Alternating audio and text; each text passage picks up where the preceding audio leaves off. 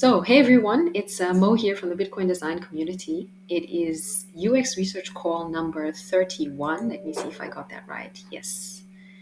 And it is the 30th of November 2023. Super grateful that there's a whole bunch of people on this call, some new and some who've been already on the project for a while. I'll kick off the call to say that this call is going to be focusing on the research that's being done for Bitcoin Core. For those of you who are new to the call, I'll give a little bit of a short introduction. I'm not sure if many of you are familiar with Bitcoin Core. The Bitcoin Core GUI, for those of you who don't know what a GUI is, GUI would be this sort of, how would you describe it? It's the desktop version of an application. And that is actually being built at the moment for Bitcoin Core. It is being built to be mobile first. And part of that build process, in that build process, we really wanted to take some time to understand the users who are using the Bitcoin Core application so that we can take some of that information and use it in the design process. So what we did was we created a research plan and we created some research questions. I will pop in the link to the plan at the bottom of this. Hey, Dokun, you're here as well. We created a research plan and we created some research questions, and we had some goals that we wanted to have. We wanted to understand the personas, we wanted to understand the jobs to be done, and we wanted to understand what people really love about Bitcoin Core as well as what is frustrating them about Bitcoin Core. And how did we do that? Well, there's Jakub on this call here. Jakub and myself, we were at a conference in Prague. And what we did was we basically interviewed people one-on-one. And next to that, we interviewed people. Also, there's another person who helped out as well. We also interviewed people on camera, so just online. The purpose of today's call is to actually sort through data, and we've already sorted through the data, but we're going to be looking at the data together, and we're going to be trying to understand what are some of the larger insights that are coming forward for us in terms of the data that we're seeing. We're going to be looking at a Figma page. The Figma page that you'll be looking at actually has sticky notes, and those sticky notes are actually direct quotes from the people that we interviewed. So I hope that kind of makes sense. Are there any questions around like the project itself or the research that was done? Feel free to ask them. Oh, no questions. All right, cool. And Val has been helping out here. As I said, she's been helping out with the sorting through of the data. I want to really give a huge kudos to Val because I've been learning so much from her. I really appreciate your time. And also to Jakub, he was one of the people who interviewed as well. And to Jokun as well, who's also just, dedicating his time and jumping on these calls. Really appreciate it. So thank you to everyone who's on the call. I'll share my screen over here. And I had some topics, the topics for today's call would be an introduction to the project as well as its goals. And then we'll go through this process of actually working together collaboratively in the Figma document and doing some sorting ourselves and looking through the larger themes. Are there any other topics that you think that we should add to this, or anything that any of you would like to discuss that I might have missed out or anything like that? No? Goal is to try to keep it as fun as possible. We'll play some music and that kind of thing, but let's go into the Figma file. So, all right, let me zoom up here. So this over here, do not be afraid when you look at it. It looks like spaghetti, but it's all good. We're going to go through this together. So Val has very kindly sorted through this and made things feel very accessible. I will go ahead and share the link to this file so that we can all just jump in and zoom around together. Yeah, it's much clearer than when I left. I know. This is AKA Val. I really have to thank her for that. She just was like, organize, organize, organize. So this is where it's at right now. So what we have on the right is the current user. So these are snippets of conversations from current users. These are people who are currently using Bitcoin Core. And on the right, we have snippets of conversations with people from potential users. So those are people who are not using Bitcoin Core who might be interested in using it. Um, so when you zoom in to the spreadsheet over here, you see at the top is the question that we asked the people we interviewed, as well as the sticky notes with their replies, and that kind of flows all the way through the document. That's a consistency that we've done. We've added in the question we asked, and then we also added in the replies, the snippets of the replies. So what has happened with this data is there's been an initial sorting process that's happened. And that initial sorting process has been trying to find larger buckets of information from the data. So what we're going to do now is we're going to have a little bit of fun with data, and we're going to actually go through the questions, and we're going to say, okay, from looking at the replies to the questions, what do we feel are some of the larger themes that are coming across in these replies?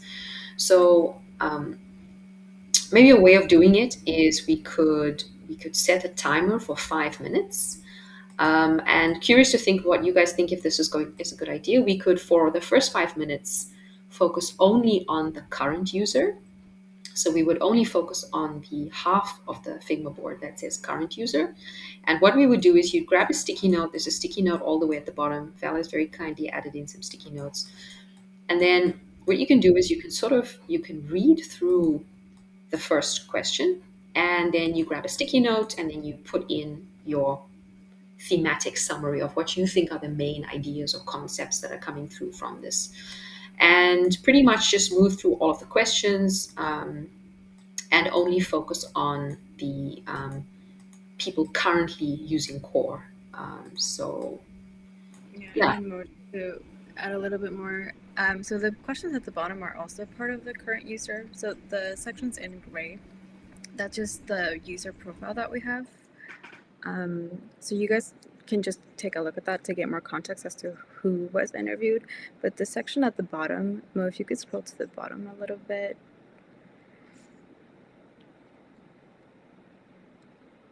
Yes, this is where a lot of so these sections have been affinitized. And so this is, each of them have a heading at the top. So to Mo's point about looking at what are some of the larger themes, if you all could take a look at these sections and grab a sticky and kind of start writing down what are some of the larger things that jump to you as you start reading the headings of each of these key themes.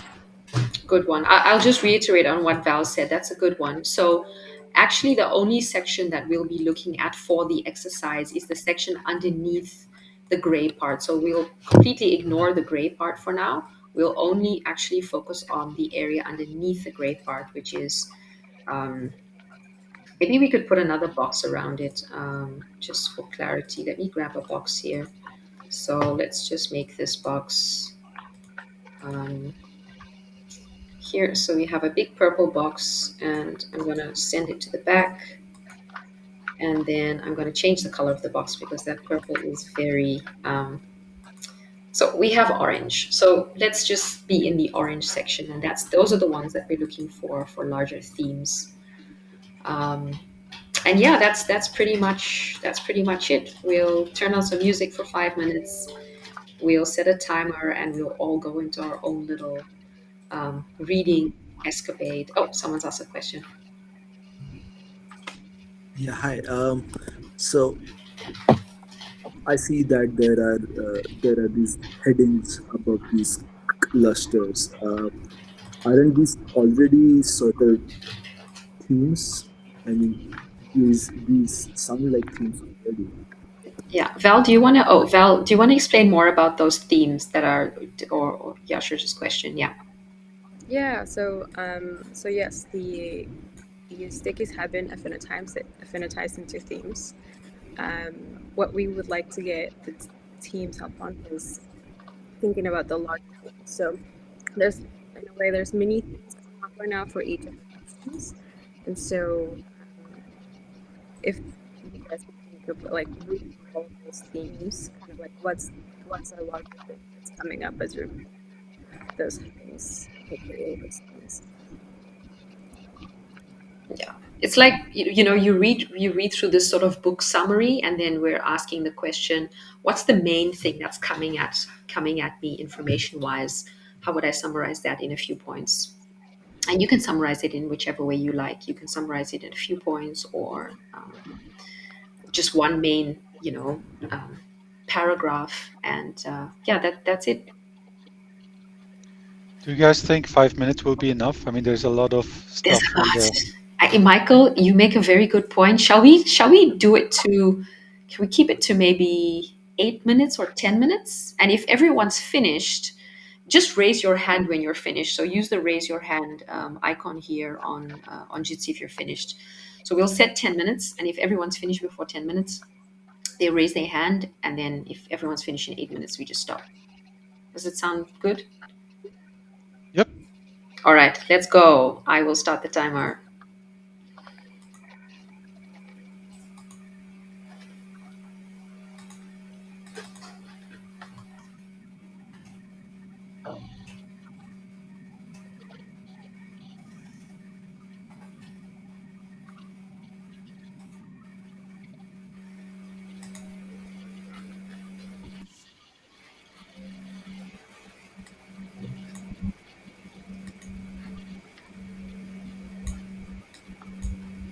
More you need to mute yourself if you play music.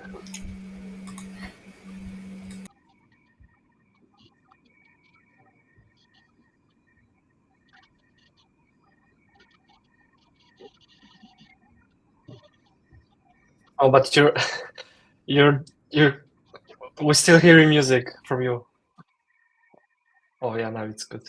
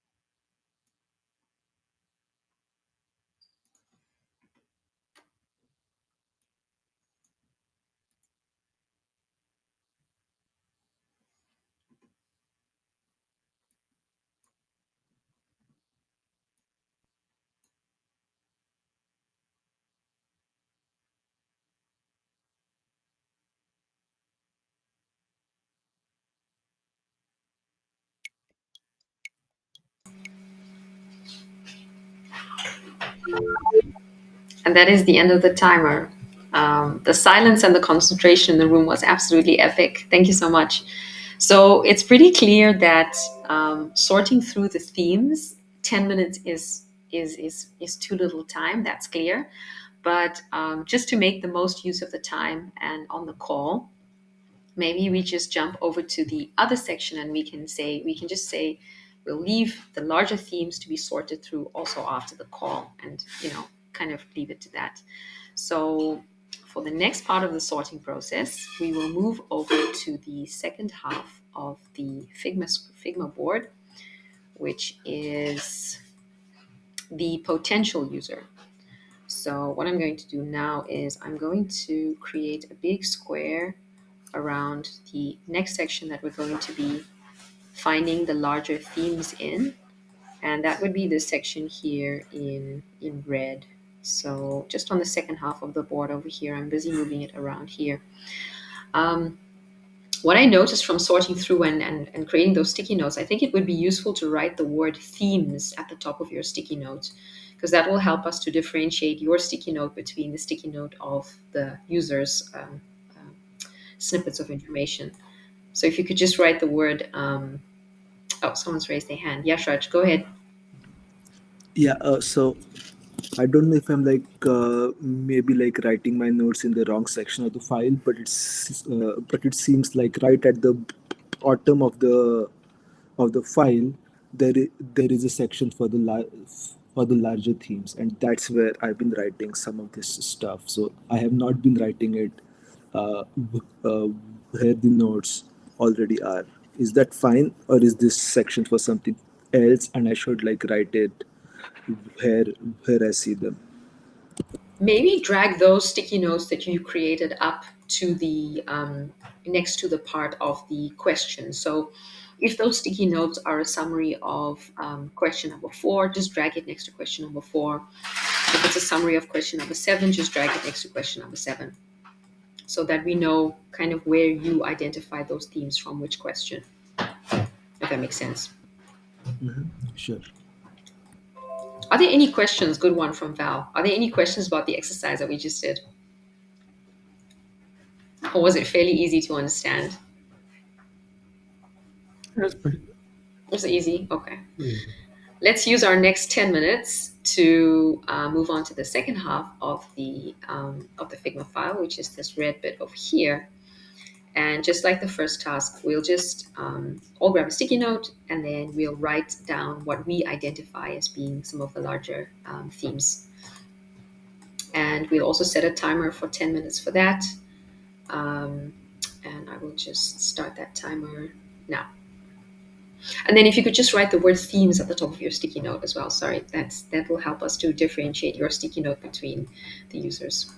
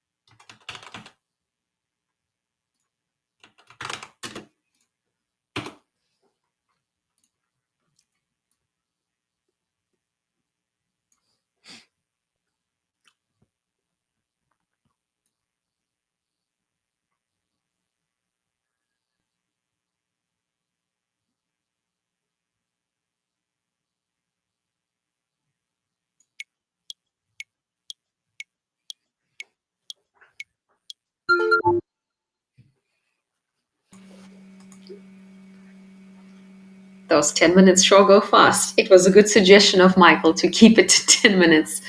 Okay, so we've pretty much identified with sticky notes some larger themes in current users, and we've identified some larger themes in potential users, and we're definitely not finished with the identification of themes. Um, Maybe for the next part of the call, we can have a discussion around next steps in terms of continuing to process this data and have a conversation about that. So, what's pretty clear that's come up is there's still more processing in terms of larger themes. And once the larger themes have been identified, we can start to think about moving those larger themes over into a Google document. Does anyone have any ideas on how they see the next steps? I think maybe a nice next step would be finishing the identification of themes and maybe setting a time period for the identification of themes, so we can all maybe work async, jump into the Figma file, and we can say sort of end of next week we finish identifying themes, and then after the identification of themes, we can think about moving those themes into a Google document and moving that over. But any thoughts, I'm happy to hear. What does Do everyone? we have, can you remind me if we have a kind of jobs to be done deliverable that we aim to have from this? Or Yeah, is it would. there, It's a good one. It would be great to have a jobs to be done statement. It would be great that to create jobs to be done statements from these, yeah, from the processing of the main themes. Yeah. I'd be happy to continue async, like grouping those, and then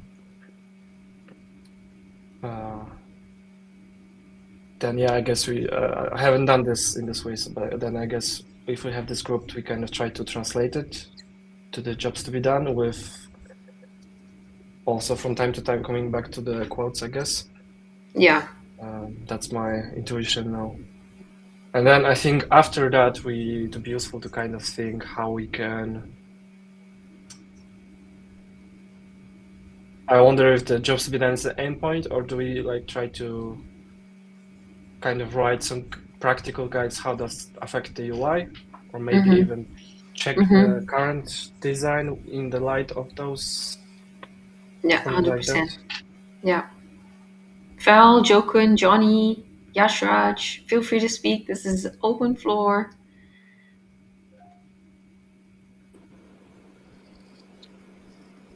I think it's great that we've started to find the larger themes. In terms of the next steps, continuing to do that, and then, as you mentioned, though, wrapping up or syncing back up next week, and then Yeah. focusing on writing the report.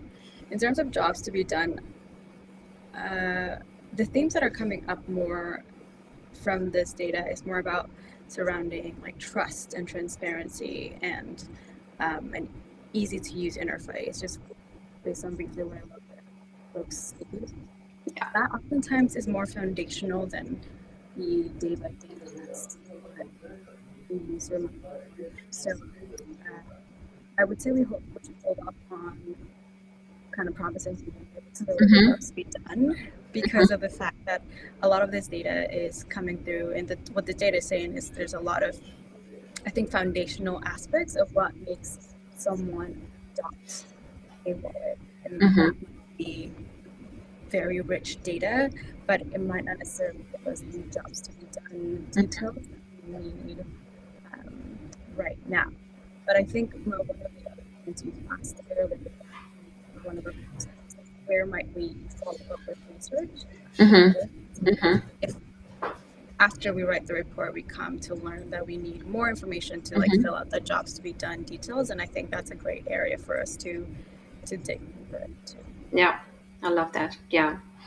It feels like so the next step we can sort of say, okay, we say next end of next week, everyone's free, go crazy, add in your sticky notes with your larger themes, and after that, just pretty much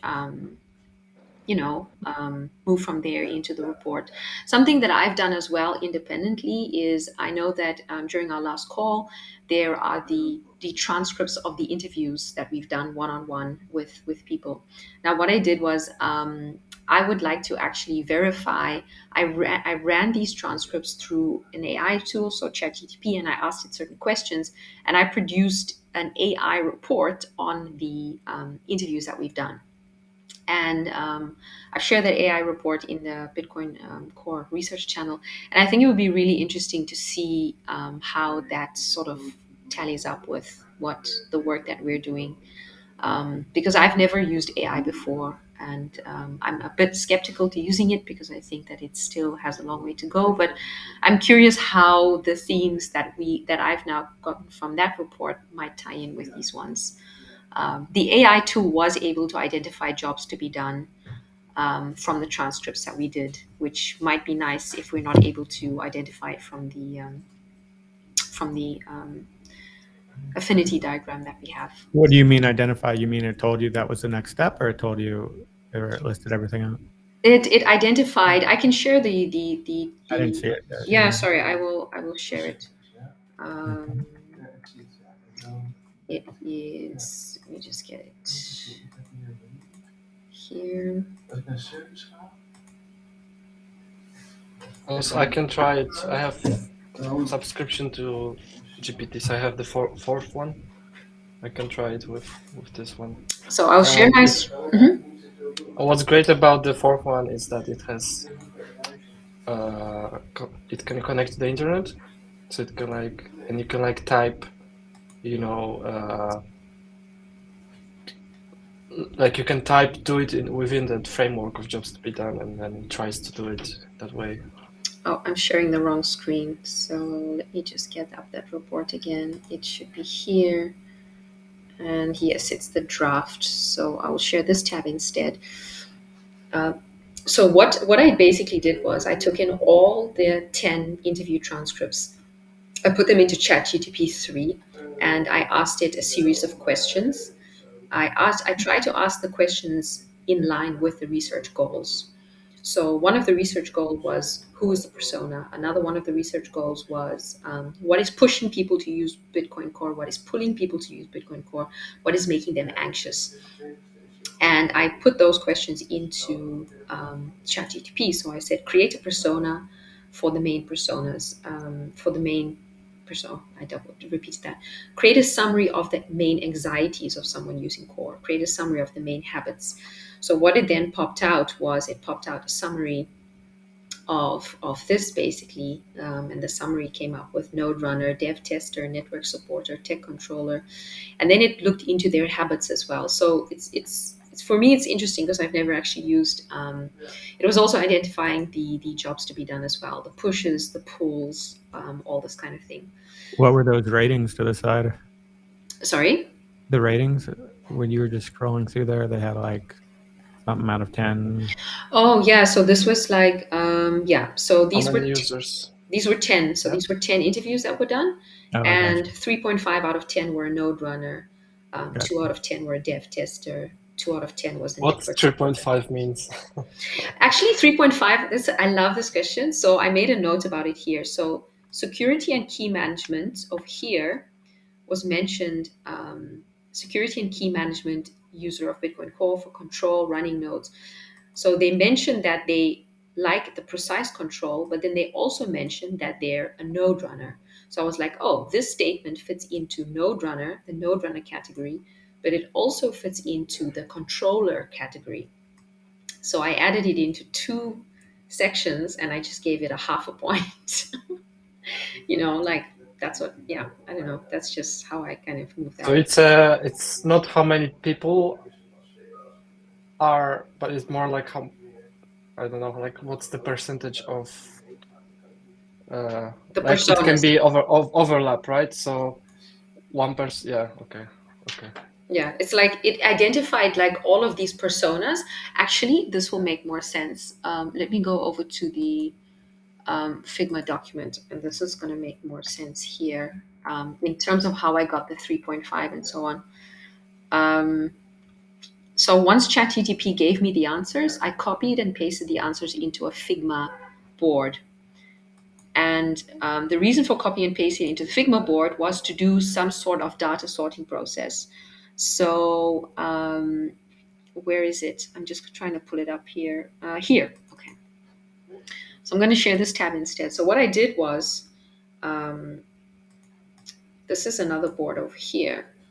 So ChatGTP identified 10 personas, but what I then identified in those 10 personas was there was a connection between the personas. So if you read the personas, the persona number 1 was running a Bitcoin Core node, and here they say is also running a Bitcoin Core node. So I was like, okay, well, actually this is a node runner. So I put a +1 next to it. I pulled these 2 node runners together. And then what I did again over here was I found a third node runner. So I pulled this node runner here also into the situation. Nice. And then I found a fourth node runner, and I said, oh, well, this node runner also comes in. And then identified, this is how I got the 0.5. So this is the 0.5, and that's the 0.5. And this is the tech controller, and that's the tech controller. So it was kind of looking for these larger buckets, because the ChatGPT wasn't smart enough to say, well, there's actually the node runner and then there's the tech controller. It separated 10 personas out, if that makes sense. And then it identified pushes, it identified pulls, it identified habits, and it then went even further to say, well, the push of persona 1 was this reason, the push of persona 2 was that reason. So it's pretty interesting what it was able to come up with. But with that said, do not fully trust the ChatGTP. Would be good to definitely verify this with the actual research that we're not sourcing. And never put personal data, because it's it can be even now there's this I think today or yesterday someone hacked, like in a way hacked GPT 3.5, that you can kind of retrieved by some prompt, you can kind of retrieve some random person's data that someone goodness. used, like so don't put any person, only anonymized Good one. stuff. Good one. But can you share me exactly the prompts? I think you can share like the whole chat. Yeah, I'll absolutely. try to do the same with the 4 version, and I see if it's better or similar, or So interesting to try it. The prompts are at the top of this report over here. But yeah, I also have another call, which I'd like to have a bit of a 5-minute break for. It starts in 8 minutes. But yeah, I mean, how do you guys feel about this sorting process that we're doing, and how the call went? How was it for you? Yeah, I think it's great. I think, Mo, just one thing about ChatGPT. I think I brought it up last time, but did we get the consent from the folks to actually be able to upload their information to ChatGPT? No, but it's Okay. not. It's it's not like the information that I uploaded had already removed all personal information of them. So in some of the interviews, we asked them for their Twitter address. There was no Twitter. There was the pieces that were uploaded were completely removed of any personal information. Got it. But this is a good one. I think that one of the biggest learning things I think from doing this research sprint is getting confirmation from people before the research sprint, like, hey, thinking about how we want to use the data, and thinking about, are you okay with us fully sharing the transcripts? Are you okay with us putting this to ChatGPT? These are all sort of nuanced questions, but it will allow us to have more freedom with the data. And that's really come up as very clear after doing the sprint. Yeah. Good point about like open sourcing, right? Like it didn't cross my mind, but if you're doing like open source research, that's also important. Yeah, for sure. There's certain nuances with this open source research, and the transparency of people wanting to see all of the transcripts and getting that permission right from the get go would make it, ease things a lot as well. Also, one point with like GPT, if you use an API, not Chat GPT, but API, OpenAI API, then it's not learned and saved in any way. At least that's Yeah. what they claim. But That's what they claim. yeah, I mean, I Yeah. assume they're honest about it. So with ChatGPT, user prompts are and conversations are used to, I guess, learn and improve. But with the API, it's not. So just for your information, if you want to really keep it All right. private. Thank you everyone for being here. As next steps, so we leave it to end of next week, Friday, for adding in further sticky notes around the themes. And we say end of Friday next week is the last day for sticky notes, and then from there we can see how we're going to put this report together. Let's do it. Yeah. Can I ask a Mo. question? Go ahead.